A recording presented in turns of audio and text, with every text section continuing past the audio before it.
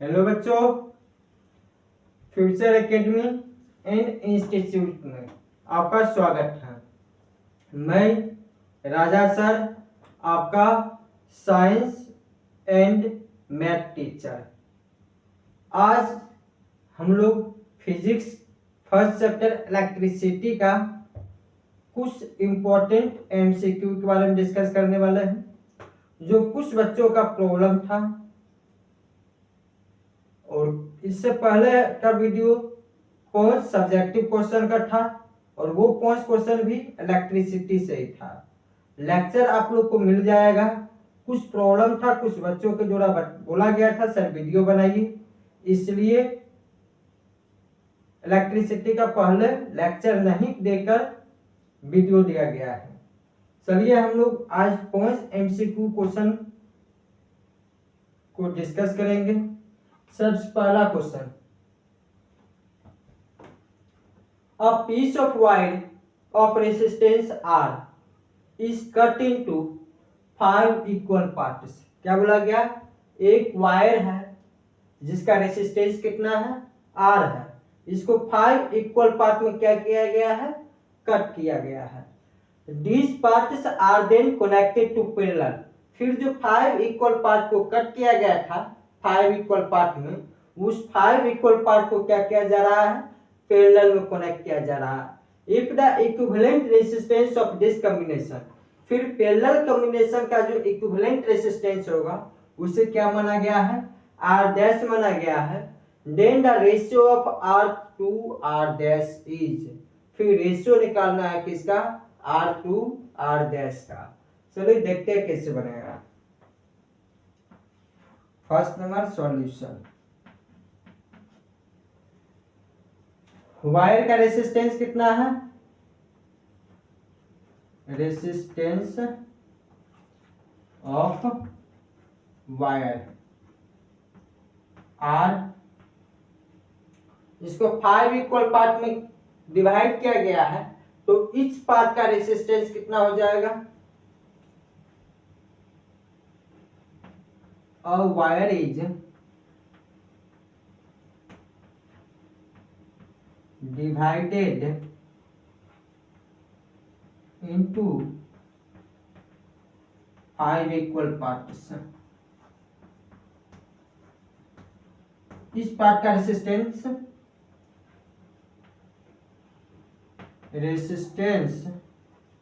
Of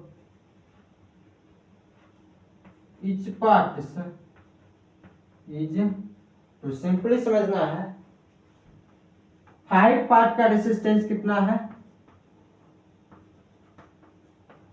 R है, तो 1 part के रेसिस्टेंस निकालना है, तो क्या किया जाएगा? 5 इधर मल्टीप्लाई में इधर रखें डिवाइड, तो क्या हो जाएगा? R by 5। तो इस पार्ट का रेसिस्टेंस कितना हो जाएगा? R by 5। अब कह रहा है ये R बाय 5 रेसिस्टेंस एक का है, टोटल कितना? 5 रेसिस्टर है। पांचों रेसिस्टर को किस में कनेक्ट किया जा रहा है? पैरेलल में। हम लोग पहले ही जिक्र कर चुके हैं,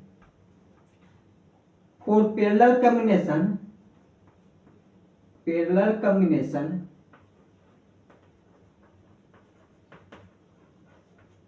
1 by R equivalent is equal to 1 by R1 plus 1 by R2 plus 1 by R3। ठीक, इसके बाद हम लोग यहाँ सबसे इंपॉर्टेंट पार्ट एक फॉर्मूला निकल के आएगा, ये चीज पे हमको जिक्र करना है। यदि ये तीनों रेसिस्टेंस का वैल्यू सेम रहता तो क्या लिखा जाता? 1 by R equivalent is equal to 1 by R plus 1 by R plus 1 by R।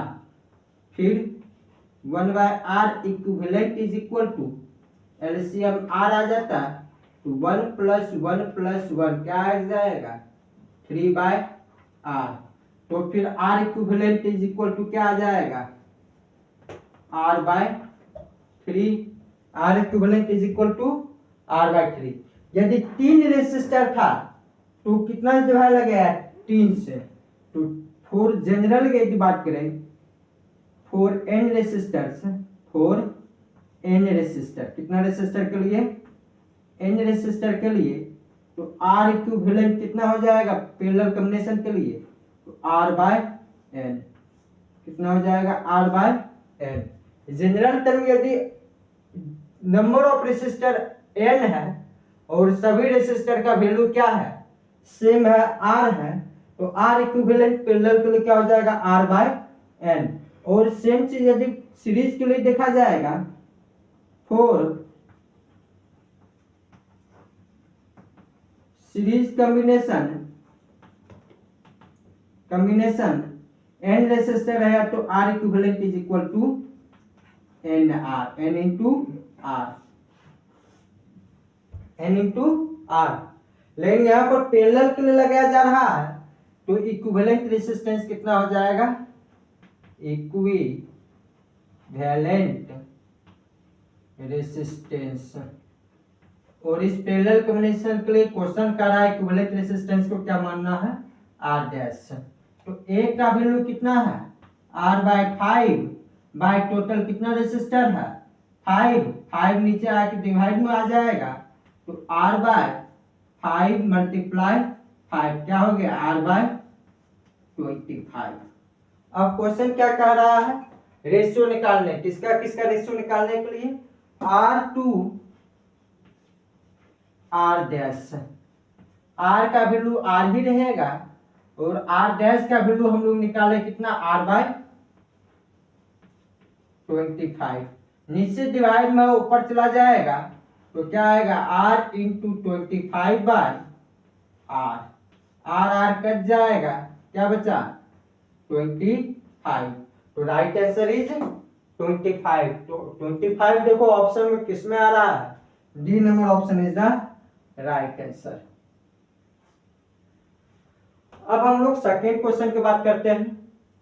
A current of 1 ampere is drawn by filament of an electric bulb, number of electrons passing through a cross section of the filament in 16 second would be roughly।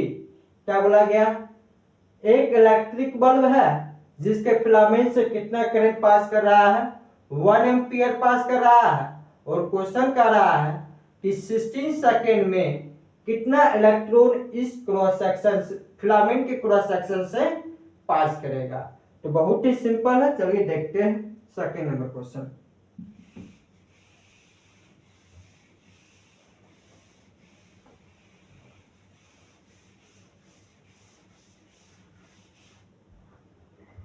Second number का solution,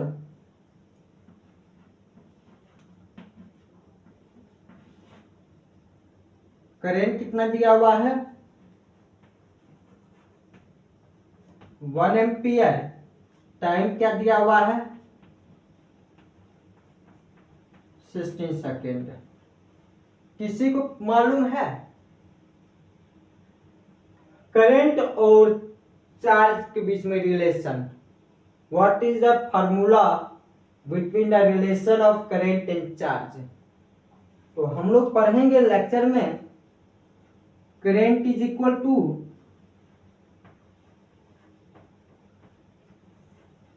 charge moved by time, charge moved by time. तो यहां से हम लोग charge निकाल लेते हैं। Current को I से रिप्रेजेंट किया जाता है, तो I is equal to Q by T. I दिया हुआ कितना है 1 एम्पियर, Q निकालना है, बाय T दिया हुआ कितना 16 सेकेंड। 16 इधर डिवाइड में धरा के मल्टीप्लाई, तो क्या हो जाएगा 16 into 1 is equal to Q, तो Q बराबर कितना आ गया 16 कूलम। चार्ज कितना हो जाएगा 16 कूलम, चार्ज कितना 16 कूलम। और हम लोग यदि इलेक्ट्रिसिटी जो भी बच्चा पढ़े होंगे तो उन्हें मालूम होगा क्वांटाइजेशन ऑफ चार्ज, क्या चीज क्वांटाइजेशन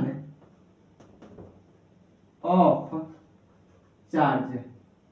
और इसमें एक फॉर्मूला पढ़े होंगे Q is equal to Ne, जहां पर Q जो है चार्ज है, E चार्ज ऑन इलेक्ट्रॉन है और N जो है वो नंबर ऑफ इलेक्ट्रॉन है। ठीक, तो हम लोग यहाँ पर एक न्यूमेरिकल भी किए होंगे। यदि Q is equal to 1 coulomb रहता तो N का वैल्यू कितना आएगा, यदि 1 कूलम चार्ज के लिए N का वैल्यू कितना आएगा, बहुत ही सिंपल है। चार्ज का वैल्यू कितना कह रहा हूं, 1 कूलम, तो 1 coulomb is equal to N into 1.6 into 10 power minus 19, इधर 1.6 इंटू 10 पावर माइनस 19 मल्टीप्लाई में इधर आके divide to 1 by 1.6 into 10 power minus 19 बराबर एन, और इसे जब हम लोग सॉल्व करेंगे तो n इज इक्वल टू कितना आएगा, 6.25 इंटू 10 पे पावर 18, कितना आएगा, 1 कूलम चार्ज के लिए कितना इलेक्ट्रॉन था, 6.25 इंटू 10 पावर 18, और यहाँ कितना कूलम चार्ज है, 16 कूलम चार्ज है। तो क्या बोले,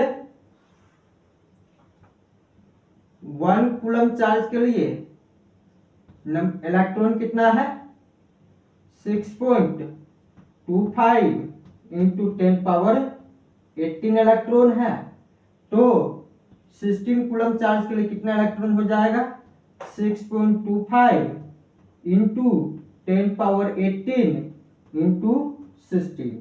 अब मल्टीप्लाई करते हैं, 16 5 जा 80 का 0 कैरी 8, 16 2 जा 32 और 8 40 का 0 कैरी 4, 16 6 जा 96 और 4 100, तो 100.00 इंटू 10 पावर 18, तो इसे हम लोग लिख सकते हैं सिंपली 100 इंटू 10 पावर 18, तो कितना आ जाएगा, यहाँ 10 power 2 into 10 power 18, base same है मल्टीप्लाई है, मैथ पढ़े होंगे, जब बेस सेम रहेगा मल्टीप्लाई रहेगा पावर क्या हो जाएगा, ऐड हो जाएगा, तो क्या हो जाएगा 10 power 2 plus 18 is equal to 10 power 20 electron, कितना इलेक्ट्रॉन होगा, 10 पावर 20 इलेक्ट्रॉन, तो आंसर क्या होगा, A is the correct answer.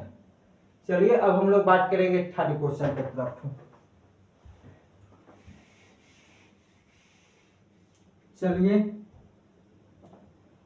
इससे पहले हम लोग 2 क्वेश्चन इलेक्ट्रिसिटी का कर चुके हैं, एमसीक्यू टाइप्स। बोर्ड पर अभी 2 क्वेश्चन और है, टोटल 5 क्वेश्चन इस चैप्टर का करना है।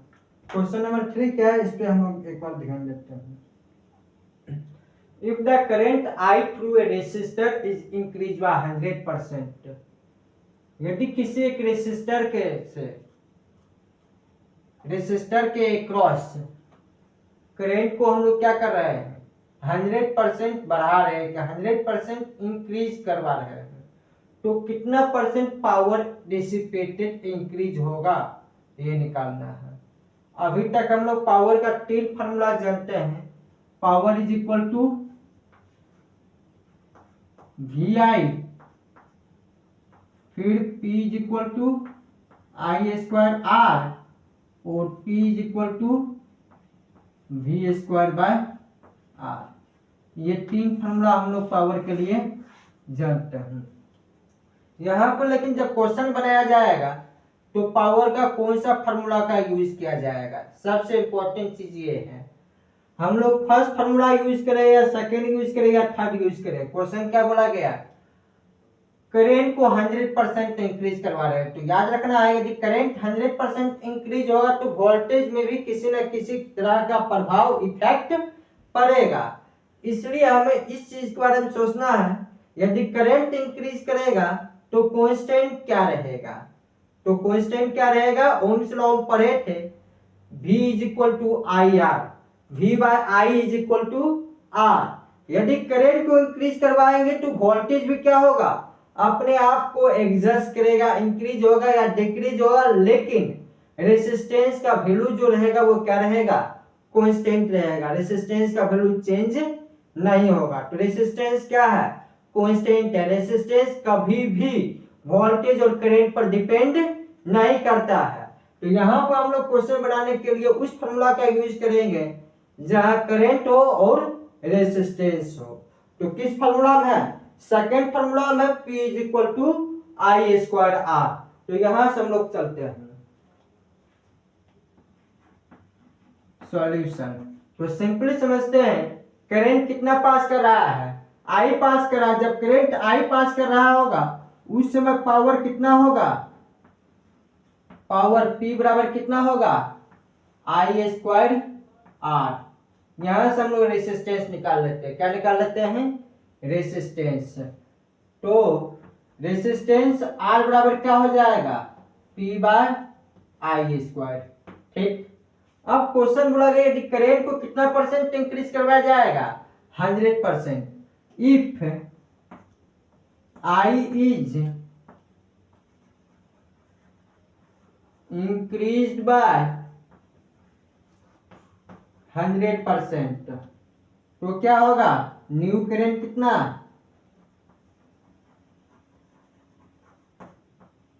आई इंक्रीज कर रहा है, इंक्रीज हो रहा है कितना परसेंट? 100%। 100% किसका? आई का। आई प्लस 100% का मतलब क्या हुआ? 100 बाय 100 इंटू आई। 100 कट जाएगा तो आई प्लस आई क्या हो गया? 2i। क्या हो गया? 2i। अब पावर कितना आएगा?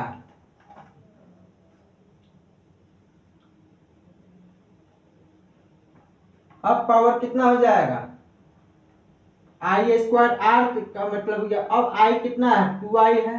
तो 2i का स्क्वायर इंटू आर तो कितना हो गया? 4i square are. पावर कितना हो गया? 4i square are. पुराना वाला पावर कितना था? आई स्क्वायर आर। न्यू पावर का हम लोग पी डैश ले लेते हैं। क्या रहा? इंक्रीज करा। रियलिटी बात है कि इंक्रीज करा आई स्क्वायर आर और यह कितना? 4i square R. तो कितना इंक्रीज करेगा ये निकालना है। The increase in power dissipated will be. Power dissipated कितना इंक्रीज होगा ये निकालना है। तो सिंपली चेंज इन पावर निकाल लेते हैं। Change in power. Change in power बराबर क्या आएगा? P dash minus P। तो क्या हो जाएगा? 4i square R minus I square R. तो कितना आ जाएगा?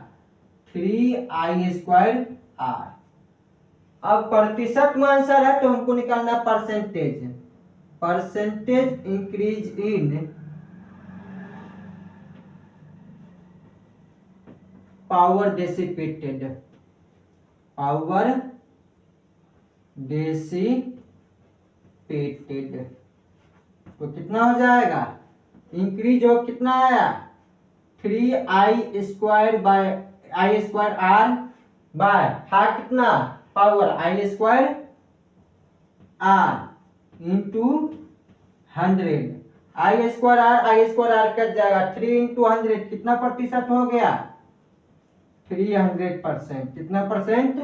300%। तो राइट आंसर क्या होगा? सी इज द राइट आंसर।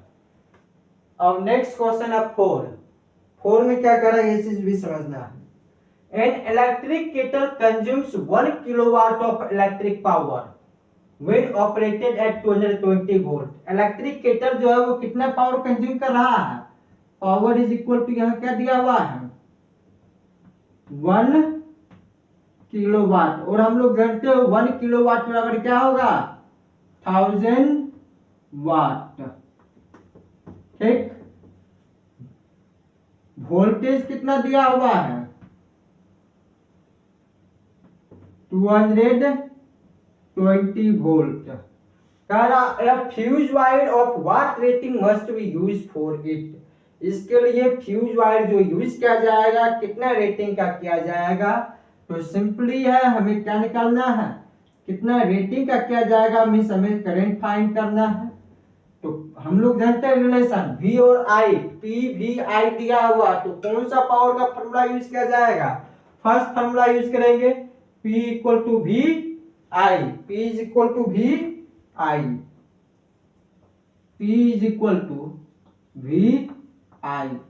तो I इज इक्वल टू क्या हो जाएगा, P बाय V, जहां पे P का वैल्यू कितना दिया हुआ है 1000 वाट बाय वोल्टेज कितना है 220 वोल्ट, 0 0 कट जाएगा, जब इस दोनों काटेंगे 2 11 जा 22, 2 50 जा 100, तो कितना आ जाएगा 50 bye 11 ampere.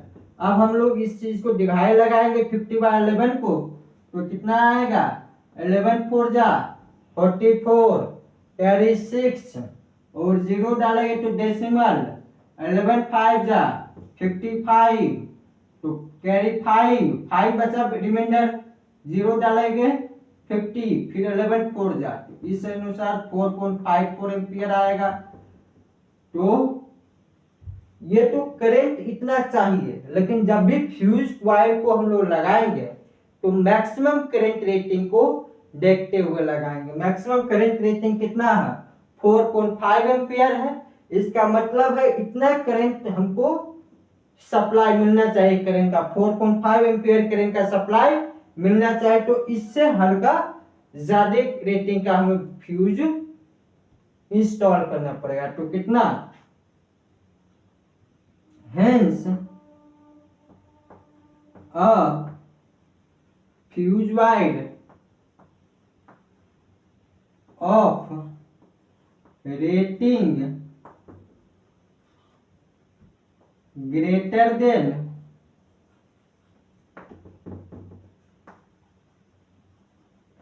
4.5 ampere is used। तो आंसर कितना हो जाएगा 4.5 एम्पियर। देख लेते हैं बड़ा क्या है, 1 एम्पियर नहीं, 2 एम्पियर भी नहीं, 4 एम्पियर भी नहीं, तो आंसर क्या होगा 5 ampere is the right answer. चलिए अब हम लोग बात करते हैं लास्ट क्वेश्चन इलेक्ट्रिसिटी का। तो जो वो क्वेश्चन भी बोथ पॉइंट ऑफ व्यू से बहुत ही इंपॉर्टेंट क्वेश्चन है, प्रैक्टिस के लिए भी बहुत ही इंपॉर्टेंट है, प्रैक्टिस किया जा सकता है।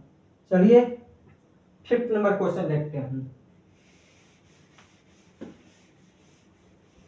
चलिए अभी तक टोटल इलेक्ट्रिसिटी का 4 एमसीक्यू देख चुके इस वीडियो में, लास्ट एमसीक्यू देखने जा रहे हैं 5th एमसीक्यू। देखते हैं ये क्वेश्चन क्या है, क्वेश्चन की तरफ चलते हैं। In an electric circuit 3 incandescent bulbs A, B and C of rating 40 watt, 60 watt and 100 watt respectively are connected in parallel to an electric source. Which of the following is likely happen regarding their brightness? तो इससे पहले भी brightness का question शायद देख चुके हैं subjective में, तो सिंपली समझना है ब्राइटनेस किसका होगा। प्लस यहाँ पर सर्किट जो है किसमें है, पैरेलल में कनेक्ट है, तो हम लोग फॉर्मूला जानते हैं P इज इक्वल टू क्या होता है V I, प्लस हम लोग जानते हैं यदि पैरेलल सर्किट रहेगा तो पैरेलल सर्किट में जितना भी रेसिस्टर रहेगा, जितना भी एप्लायंस रहेगा, सभी का वोल्टेज रेटिंग क्या रहता है सेम रहता है। वोल्टेज रेटिंग क्या रहता है सेम रहता है, लेकिन डिवाइड क्या करता है करंट डिवाइड करता है। क्या डिवाइड करता है करंट डिवाइड करता है। जब करंट डिवाइड करेगा तो सिंपली मतलब है जिसके पास ज्यादा करंट जाएगा वो ज्यादा ब्राइट करेगा। तो करंट जो है वो पावर से क्या है डायरेक्टली प्रोपोर्शन है, P प्रोपोर्शन टू I। लेकिन क्वेश्चन जो है वो क्या दिया हुआ है पावर दिया हुआ है, A का पावर की रेटिंग कितना है 40 वाट, B का 60 वाट, C का 100 वाट। तो सिंपली मतलब है जिसका पावर ज्यादा होगा वो ज्यादा करंट कंज्यूम करेगा और वो ज्यादा ब्राइट करेगा। वोल्टेज पर इसलिए डिपेंड नहीं करेगा क्योंकि पैरेलल सर्किट में वोल्टेज सभी रेसिस्टर के क्रॉस क्या रहता है, सेम रहता है। करंट जो रहता है वो क्या होता है, डिवाइड होता है। करंट क्या होता है, डिवाइड होता है, और वोल्टेज जो रहता है वो क्या रहता है, सेम रहता है। जब करंट डिवाइड करता है सिंपली मतलब है किस रेसिस्टर या किस इलेक्ट्रिकल अप्लायंस के पास ज्यादा करंट जाएगा, जिसका पावर रेटिंग ज्यादा होगा, जिसका एबिलिटी ज्यादा करंट लेने का होगा, उसके पास ज्यादा करंट पास करेगा। तो ज्यादा करंट किसके पास जाएगा, जिसका पावर रेटिंग ज्यादा होगा, क्योंकि पावर जो होता है करंट की क्या होता है, डायरेक्टली प्रोपोर्शनल होता है। तो इस तीनों में से पावर रेटिंग किसका ज्यादा है, सी का ज्यादा है, फिर बी का है, और सबसे कम किसका है, ए का है। इसका मतलब सब ज्यादा ब्राइटनेस कौन होगा, सी ज्यादा ब्राइट करेगा किसके कंपेयर में, बी कंपेयर में, और बी ज्यादा ब्राइट करेगा किसके कंपेयर में, ए कंपेयर में। अब ऑप्शन पढ़ते देखते हैं इसके रिस्पेक्ट में कौन सा ऑप्शन सही है। पहला करा brightness of all the bulbs will be the same, सभी बल्ब का ब्राइटनेस क्या सेम होगा, नहीं, सभी बल्ब का ब्राइटनेस सेम नहीं होगा। तो ये ऑप्शन क्या हो गया, गलत। नेक्स्ट कह रहा है brightness of bulb A will be the maximum, ये भी गलत है क्योंकि बल्ब ए का ब्राइटनेस सबसे कम है। तो ये ऑप्शन भी क्या हो गया, गलत। तीसरा ऑप्शन है C number, brightness of bulb B will be more than that of A, सही है, बल्ब बी का ब्राइटनेस ए कंपेयर में क्या है, ज्यादा है। तो सी ऑप्शन क्या है, सही है। डी ऑप्शन देखते हैं, brightness of bulb C will be less than that of A, less than that of B, नहीं, ब्राइटनेस ऑफ बल्ब सी जो है वो क्या, बल्ब ए कंपेयर में ज्यादा है, इसलिए ये भी क्या होगा, गलत होगा। बल्ब बी कंपेयर में बल्ब सी का ब्राइटनेस ज्यादा है, लेकिन ऑप्शन क्या कर रहा है, कम होगा। तो ये भी ऑप्शन क्या हो जाएगा, गलत हो जाएगा। राइट आंसर क्या होगा, सी। चलिए वीडियो जो है यहीं पर समाप्त होता है फिजिक्स का। यदि और कोई भी क्वेश्चन प्रॉब्लम हो तो आप कमेंट करें, जो भी चैप्टर का जो भी टॉपिक प्रॉब्लम हो, मेनली मैथ और साइंस में, मैथ और साइंस में किसी भी तरह का टॉपिक या किसी भी तरह का चैप्टर में प्रॉब्लम हो तो कमेंट करें। Thank you.